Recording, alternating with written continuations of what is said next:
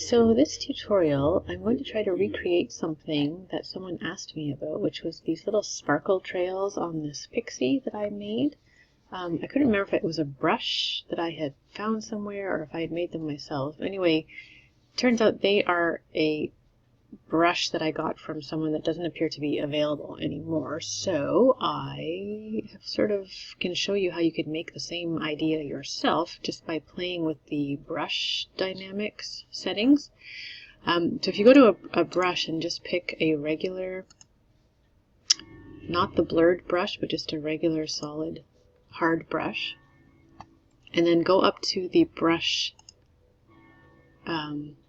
tab that gives you all the different presets, the shape dynamics and the tip shape and all that sort of thing, and click on both the shape dynamics, which you will see affects it from not being just a solid line to make little dots that are separate. So you want those to be right. Gives you different sizes of the dots that you're going to see over here. So these are set at 100%, 7, 100, and 0 on the shape dynamics. Then turn on the scattering, which is going to make a whole bunch of dots go on the page at once with one click, or if you drag it, it will make a trail like that. And I have it set at both axes checked and right up at the top at 1000. I have the count at 2. The count is how many dots are showing. You can see you can have more, so 2 seemed about right. And the count jitter is at 100%. So if you drag that, you get this sort of a thing because it's just scattering all over the place. But if you want to make sparkle trails like that, just press once and it will create little groupings of those dots, kind of like that. You can make your brush bigger or smaller depending on how big you want them to look for your dots. You know, if they don't show up in the right place with a dot, then just go back one step or whatever. You can erase some of them. And so in order to create this, that's basically what this did. It was just, these are the scatterings of the dots the way they appeared with the brush. And you may want to fiddle more with these settings and see what you like for that, or try a different shape if you didn't want a circle. But anyways, to create these, I did 2 separate layers. So the first, I'm just going to make a new layer here. Turn this one off.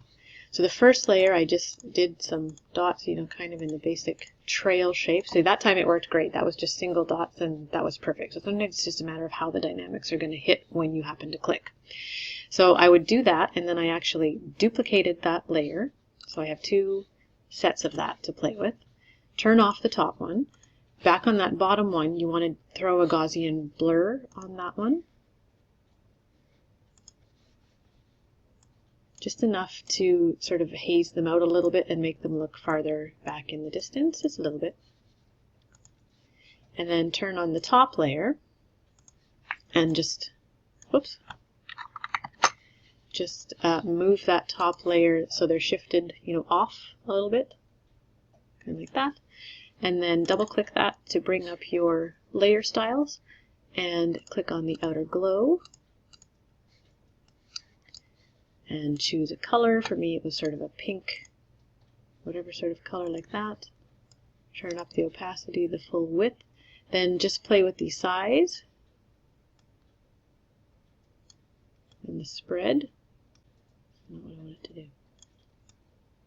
Oh, there we go. So your spread, you don't want your spread is what it goes, or how far it goes around the dot. Like that. You probably want it maybe 4. Your spread is how far that glow goes out. So depending on how much you want that glow to be showing, right? That looks silly. You want just a little bit of glow. So just fiddle with those, and for what you like for the look of it, you can increase the spread. And that's how you make them glow. So those settings there, it's set to screen. My spread is 13 and my size is 10 on that, and that's sort of the effect that I get. Once you have that done, do any final changes you want. I don't particularly like these 2 dots here, look like they're not part of it, so I would just erase those. This one's on the fuzzy layer, I think. So once you have your sparkle trail the way you want it, you've got sort of two layers. You have the fuzzy layer underneath and the glowing layer on top. You can then take those two layers, group them together to be a sparkle trail layer, and then if you've watched my video on creating a PSD file for common things that you use, drag it into here as its own layer, and then you have a sparkle trail layer that you can use to drag into any images. You don't have to recreate that every time. Quick and easy way to do it. It's also great to learn how to do that on your own. Now I have actually been able to put what I just did with all those jitters into a brush, which I'm going to try to find a way to get to you, whether I can do it in the comment through Dropbox or some other way. So check the comments to see if I've done that. And if not, I will leave a comment saying, hey, email me instead, and I will send it to you if you want to have that little sparkle brush that I made. And that is how I created that sparkle trail. Hope that helps.